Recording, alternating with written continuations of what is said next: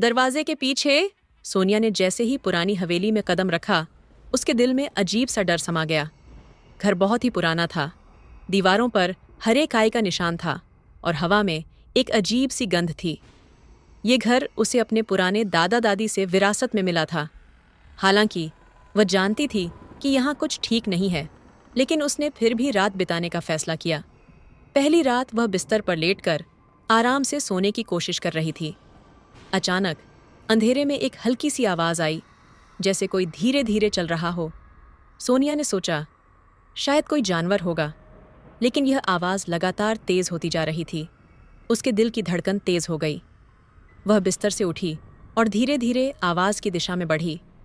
उसने देखा कि एक पुराना लकड़ी का दरवाजा था, जो बिल्कुल खामोश था, लेकिन उसके पीछे से वही अजीब आवाज आ रही थी।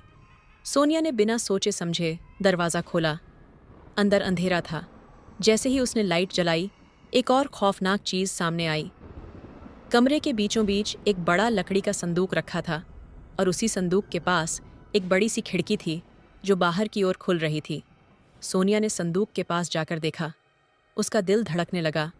अचानक संदूक से एक कटा फटा हाथ बाहर निकला।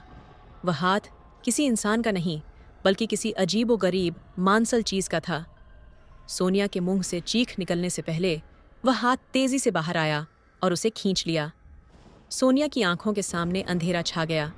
उसकी सांसें रुक गईं, लेकिन उसे महसूस हुआ जैसे वह गिरती जा रही हो। गहरे अंधेरे में, जहां कुछ उसे घेर रहा था, उसके शरीर पर खरोंचें और गहरे निशान छोड़ते हुए। तभी उसे एक धीमी आवाज सुनाई दी, तुमने दरवाज़ा खोला, अब तुम भी हमारे साथ हो। सुबह के समय जब पड़ोसियों ने घर के भीतर जाकर देखा, तो वहां कोई नहीं था। सिर्फ वही संदूक खुला हुआ था और उसके पास एक कटा फटा हाथ पड़ा था। सोनिया का नाम भी वहां कहीं नहीं था, सिर्फ एक कटा फटा, रक्त से सना हुआ दरवाज़ा। कहा जाता है कि आज भी उस हवेली में रात को कोई खोले हुए दरवाजे से आकर आवाजें करता है। और अगर आप ध्यान से सुने, तो शायद उस दरवाजे के पीछे किसी का हल्का सा कदम सुनाई दे।